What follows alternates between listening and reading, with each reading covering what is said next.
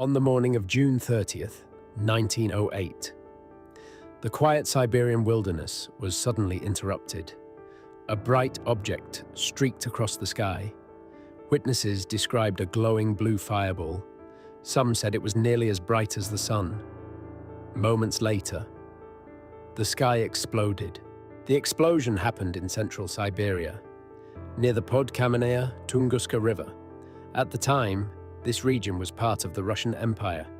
It was one of the most remote places on Earth. Dense forest stretched for hundreds of miles. Only small Evenki communities lived here. They traveled through the taiga with their reindeer herds. That isolation would become important, because whatever exploded that morning was powerful enough to destroy an entire forest. Witnesses later described what they saw. A fiery object moved across the sky. Then came a blinding flash. One man said the sky seemed to split in two. A column of fire rose above the forest. Then the shockwave arrived. The blast knocked people off their feet. Windows shattered hundreds of kilometers away. The ground trembled like distant thunder. For a moment, many believed the end of the world had arrived. But something unusual had happened. Nothing struck the ground. There was no impact crater. Instead, scientists believe the object exploded high in the atmosphere. An enormous airburst, most likely caused by an asteroid entering Earth's atmosphere at tremendous speed. The object may have been around 50 to 100 meters wide, small by cosmic standards, yet powerful enough to release energy equal to many megatons of TNT. The destruction on the ground was extraordinary. More than 2,000 square kilometers of forest were flattened. Over 80 million trees fell. They lay in a giant radial pattern, all pointing away from the center of the blast. But near the center, some trees remained standing. Their branches were gone. Their bark had been stripped away. They looked like bare wooden poles, silent and scorched beneath the explosion. The effects reached far beyond Siberia.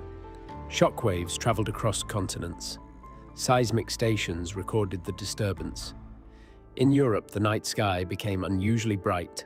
For several nights after the explosion, strange glowing clouds filled the sky. In some places, people could read newspapers outside after midnight.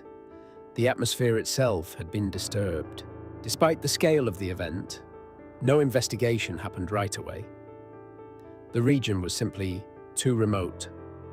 Travel through the Siberian wilderness was slow and dangerous. Then, Russia entered years of war and revolution.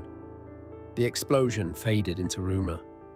Nearly 20 years would pass before scientists reached the site. In 1927, Soviet scientist Leonid Kulik led the first major expedition.